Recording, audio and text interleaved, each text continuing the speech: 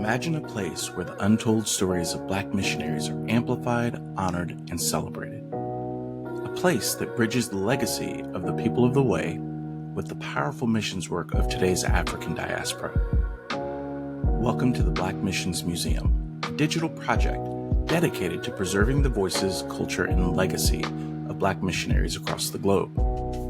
But we need your help to bring this vision to life. Your support makes a difference.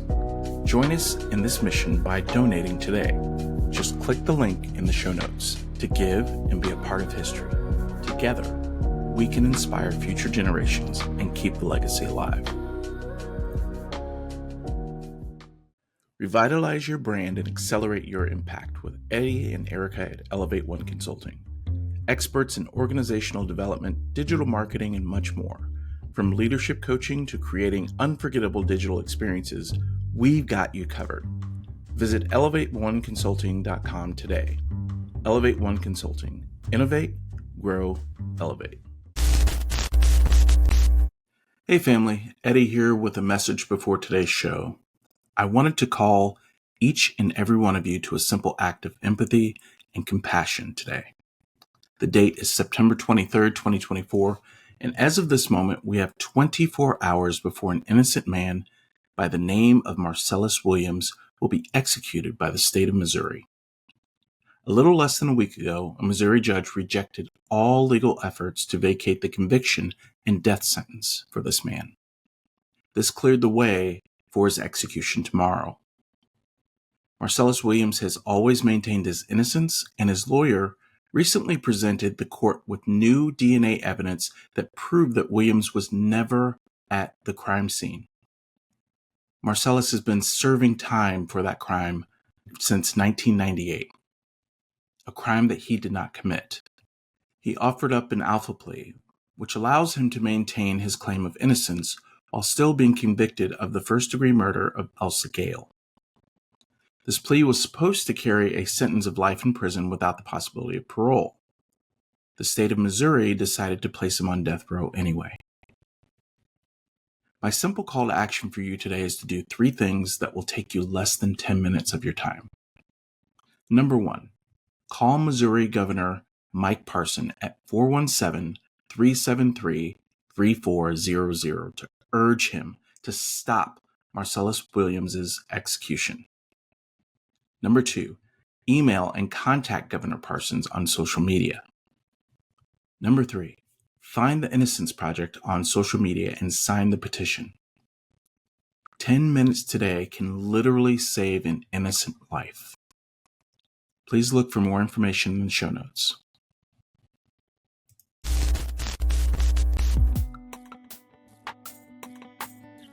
Welcome back to The Unbroken Place, where it begins and ends with empathy. My name is Eddy Paul Thomas. I'm your host, and this week, I'm going to be honest with you. I'm really glad that you're here with us. We're tackling a topic that has a great impact on a number of people, and for me, just looking at everything that's gone on in the last couple weeks. With the debates and some of the things that it's brought to light for immigrants, in particular Haitian immigrants, I thought it would be very important to touch on a topic that I'm very familiar with.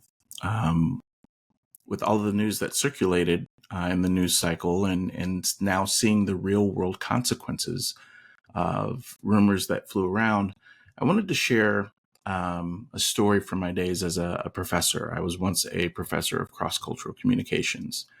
And in that story, I wanted to share some of the opinions about immigrants that my students had in the U.S. And this was back in 2008, 2009. So if I can kind of set the scene for you, if you remember, there was a Great Recession that had caused a lot of stress for many citizens. People were losing their homes. There was a giant rent hike. There was lots of job loss due to the recession that was going on. And of course, there were many, many, many health concerns. And the average everyday citizen was looking for answers. They were looking for, how can we get out of this absolute issue that we're having? And so looking back from this perspective in 2024, it's very easy to understand the immediate or proximate cause for the crisis in 2008. It was a failure at major financial institutions globally, and what the banks were doing. And so, looking at a Lehman Brothers or Bear Stearns back in 2008 and what they did, those were the problems. But the average citizen had very little power or control over what was happening. So they looked at something that seemed a little more tangible. They took a lot of that anger out on the low-hanging fruit, immigrants. Politicians ran with it, understanding that people were looking for a simple solution, something they could just point at. And the media reported what the politicians were running with. And based on what was being reported, my students in class went to express some of their frustrations about it. And so as the opinions were shared, I learned that a majority of them, just kind of listening to how the students were, posturing themselves, it was very clear that the opinions were based on what the media said. And so going from what media said, the students also cherry-picked, statistics. And often those statistics were taken out of context to meet a viewpoint. And as you listen to more and more of those viewpoints being shared by my students, coupling that with the images that they saw of immigrants, which obviously weren't sharing immigrants in the best light, it was becoming very clear where this was coming from. So after listening to students share the concerns and frustrations, I then told them, hey, I've got a series of questions for you guys. And this is not a gotcha moment. I just want to see where your young minds are headed.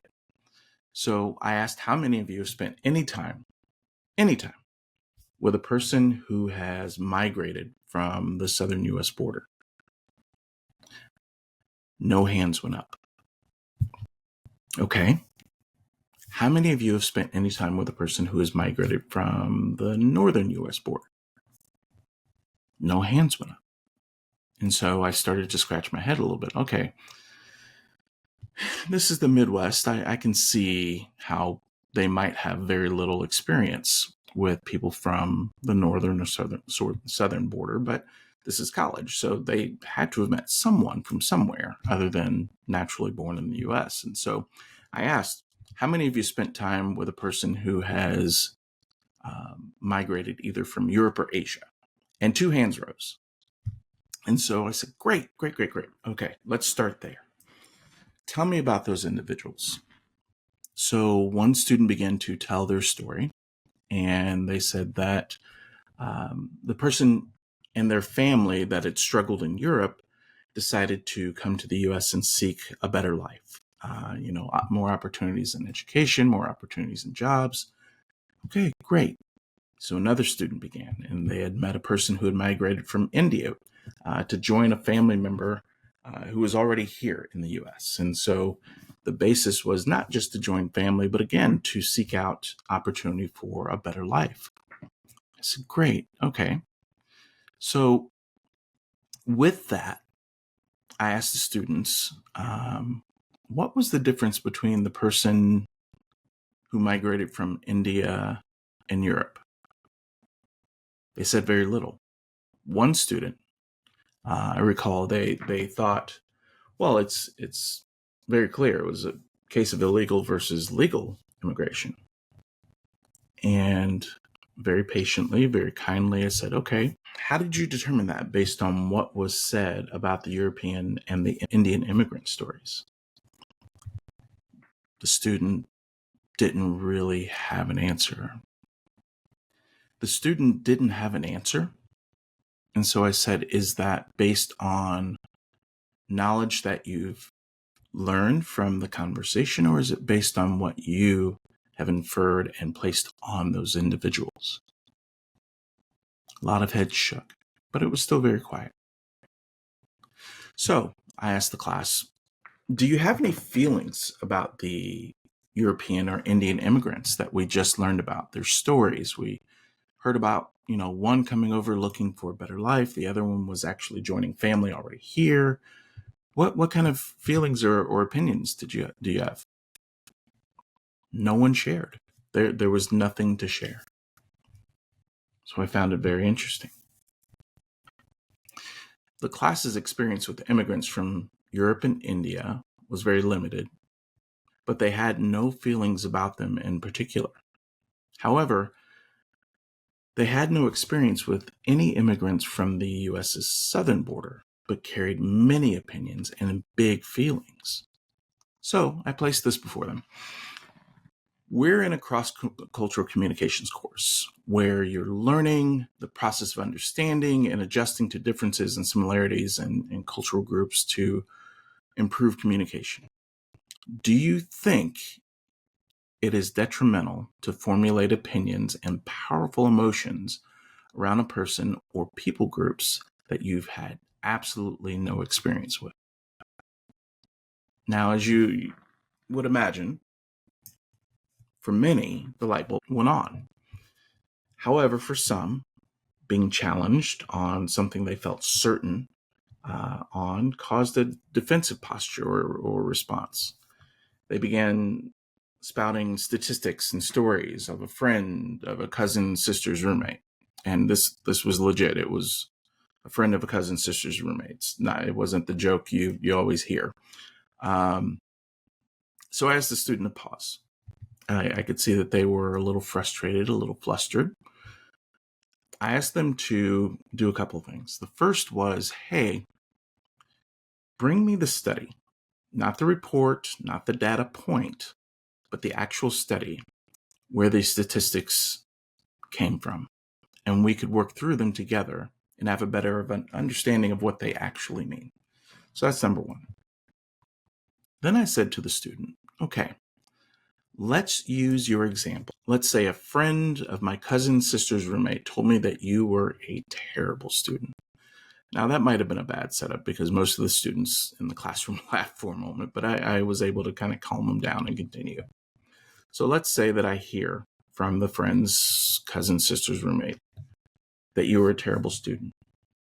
If I took their word for it and I never read through your transcripts here at school, or saw how excellent a student you were in high school, or how hard and long you studied your freshman year just to get here to the second year level course, and based off of that opinion from your cousin's sister's roommate, I talked down to you while you were in class from day one. I graded your papers with a heavy bias and never really gave you a chance in class.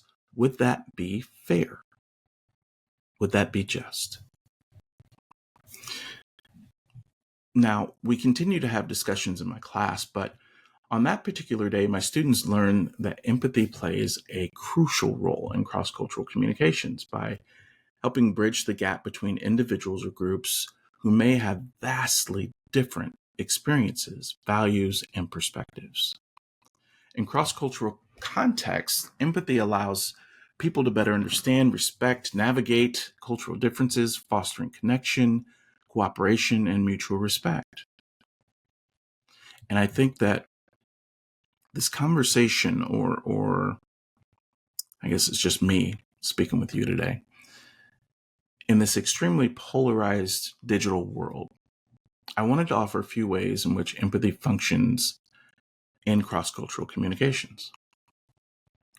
Curiosity and openness.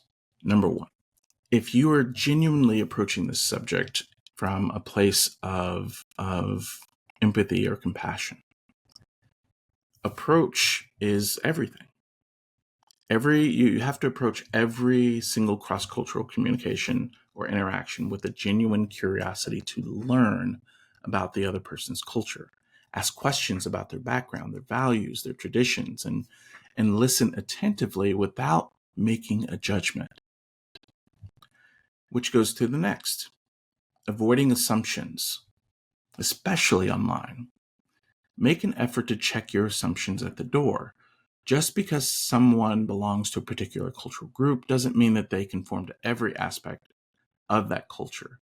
Each individual is unique, and empathy allows us to see beyond cultural labels. So let's put this on ourselves for a second.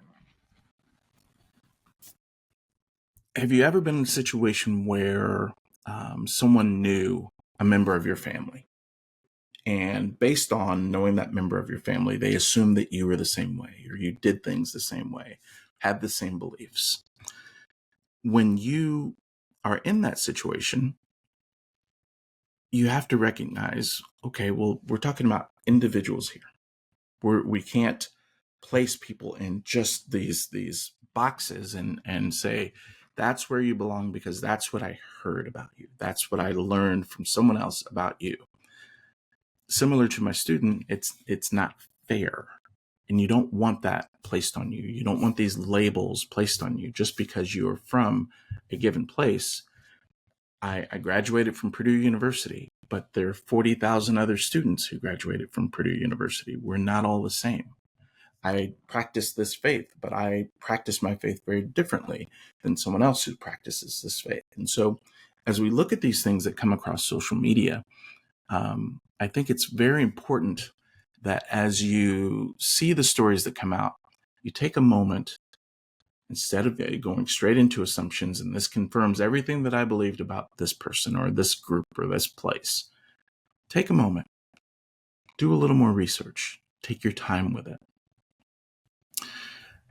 When we are referring to one-on-one opportunities, we did a entire podcast on this topic, but practice active listening.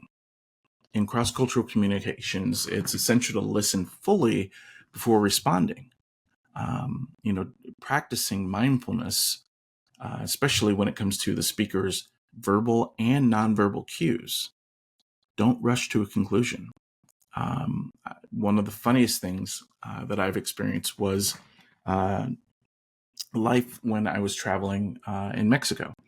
I went to meet a number of different people who are doing amazing work in Mexico. And one of the things that I didn't know until I got there was that their hug or embrace is different than ours here in the States. So I'm used to, kind of the right arm up and the left arm low.